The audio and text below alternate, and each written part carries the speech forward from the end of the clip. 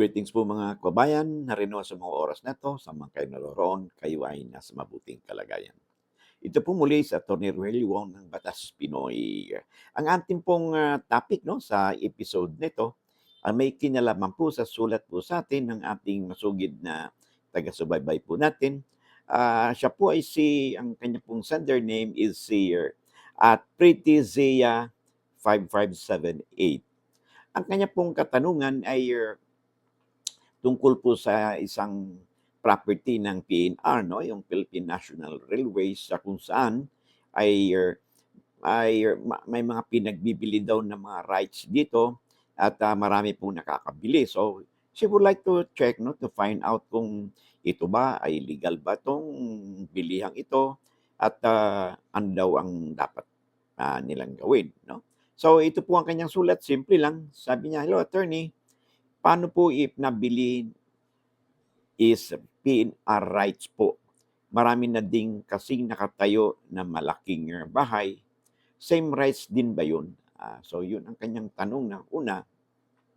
Of course, no, i-check nyo muna sa PNR. Siguraduhin lang ninyo na kayo mismo, kung sakaling kayo o kayo mga kamag-anak ninyo o mga occupants dyan, no, ay, kailangan be sure na ang kausap po ninyo ay mismong yung PNR, no? I'm sorry, PNR, no? Hindi yung basta sino-sino lang na sisipot diyan o mag-aahente na di umano sila ay kinatawan ng PNR. So pinaka the best diyan is you get in touch with PNR, okay? Background lang po, okay?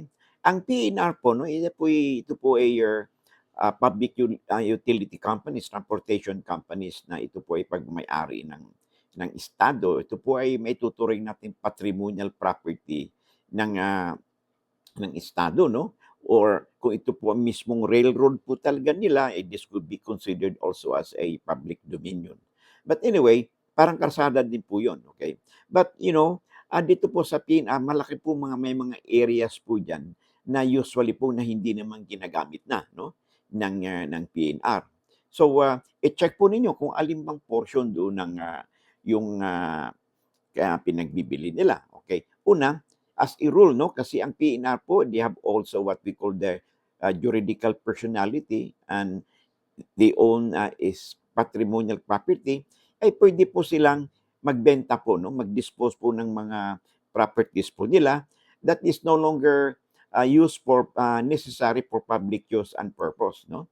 Ito po ay may tuturing ng mga non-core properties, no, ng PNR, okay? Pag sinabi kasi natin non-core, po hindi na ginagamit, no, ng PNR sa kanilang mga railroad truck, okay? Or sa mga terminal po nila. So, pagdating po naman talaga sa yung active na railway, no, active na railway areas, yan po ay hindi po maaaring ipinagbibili po yan, no, kasi yan po ay isang may tuturing na right of way po yan, no, at essential facility po yan, no, sa pagbibigay po ng serbisyo ng gobyerno. So, ang mga occupants po diyan ay hindi po basta-basta na lang puwedeng makapag-own ng properties na 'yan, 'no? Kasi po ito po ay protektado po ng batas at saka ay kung meron mang mga temporary nakatira diyan sa mga railroad tracks na 'yan, temporary po 'yan lalo na ngayon sa paggalan po natin mahabang stretch po ng PNR, no, from north to south ay hindi po gumagana as of this recording kasi po I understand meron po mga infrastructure project na sinasagawa. So may mga areas po tulad dito sa Metro Manila ay nag-stop po ang service ng PNR, no. So iyan ang inyong tatandaan, ha. I-check nyo muna sa PNR o balik mo natin 'pag yung active railway po, kahit na sabihin mong doon kayo nakatira o may nakatira doon dahil walang PNR o hindi ito na ginagamit ay bawal po 'yon. Hindi po puwedeng ibenta po 'yan o basta na lang isasalin yung sinasabi mong rights, no? Ang maaari lang puwedeng gawin nila whether it's right or occupants mo ito ay yung mga non-core area, no? 'Pag non-core areas, ito po ay hindi na po ginagamit, no? Hindi na po ginagamit. Ito'y labas na po sa railroad boundaries ng PNR, no?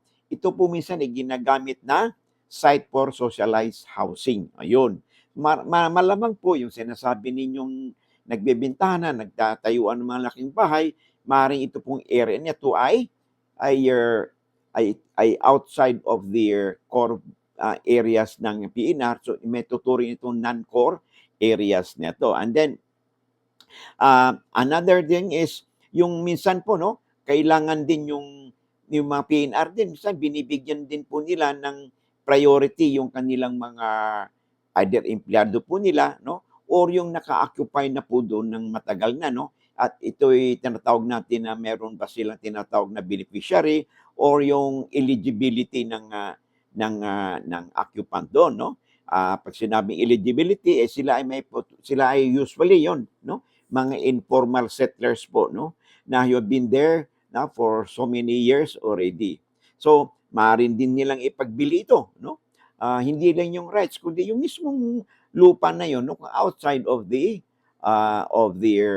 yung tinatawag natin na core area. So, pag nasa non-active na yan na core area, pwede po nilang ibenta po yan. So, anyway, i-check po ninyo, no? Always remember na pinaka-the best po talaga ay iba yung pag-ingat. Huwag po kayong basta-basta na lang po papatol, no? Kung sino man dyan ang mayroong ang papasok po sa inyo at naglalako po ng ganito, ganire, no? So, check and deal directly with the PNR po para wala po tayong sisihan pagdating po ng araw. So, ulitin po natin as a rule, basta po pwede po magbenta ng property, portion ng property ang PNR for as long as hindi po ito nasa loob sa loob ng tinatawag nating active, no, or core areas na kung saan ginagamit ito ng bilang release o kaya terminal. At saka meron din pong areas na malapit sa railroad track, no, na may tuturing din o classified pa rin na as core areas po, no, ng kanilang area, no. So, may tuturing itong active railway areas. So, I hope nasagot po natin, no, ang katanungan po sa atin ng ating taga-subaybay na si ang kanyang username is Pretizia5578. So, bago tayo magpatuloy, by the way, no, sa kapapasok pa lang at kung kayo po ay baguhan pa lang po sa ating channel, kung hindi pa po kayo napag-subscribe, no, dito sa YouTube o nag-follow po sa ating bagong account po natin sa Facebook, hindi naman po siguro medyo kalabisan, no, pag ako po ay hihingi lang po sa inyo ng kung hindi pa kayo napag-subscribe, ng isang click lang po, subscribe, share, and like po. At saka i-follow po ninyo tayo sa Facebook. Ngayon, kung nakapag-follow naman kayo at nakapag-subscribe, and if you paki-share po, no, paki-click po yung share and like para po mahuli po tayo ng algorithm ng ating social media, platform po natin, at marami po tayong ma-reach out ng mga kababayan po natin, no? They could be your friends, your relatives, your neighbors, or kakilala po ninyo, or they could be our kababayan sa mga OFWs na upang sila din ay may mapulot po, no, sa ating mga pinag-usapan. Sabi nga natin ay lamang na ang may alam sa batas. Kaya napaka-importante po na kahit paano po may alam po tayo sa batas because for all you know, no, lahat po ng tao, wala pong exception diyan pag tayo po ay nakatira po, no, sa sibilisadong community, ay hindi po tayo pwedeng umiwas po, no, na sa batas because one way or the other, from the time we were conceived hanggang sa kasalukuyan, no, adult life na natin, ay mayroon po talagang batas na umiiral na mayroon pong kinalaman, no, sa ating karapatan, sa ating pong pagkatao. Kaya napakamahalaga na kahit paano meron po tayong alam sa batas. Sabihin natin lagi sa ating mantra, di ba? Lamang na ang may alam sa batas. So, sa ganang atin po, no? So, thank you very much sa inyong oras. So, I hope to see you again, no, in the next video po natin. At of course, huwag niyong kalimutan po, pakiclick po ang notification bell upang sa gano'n 'pag may mga updates po tayo, you'll be duly notified at wala pong kayong mami-miss na mga episode. Bye for now. God bless.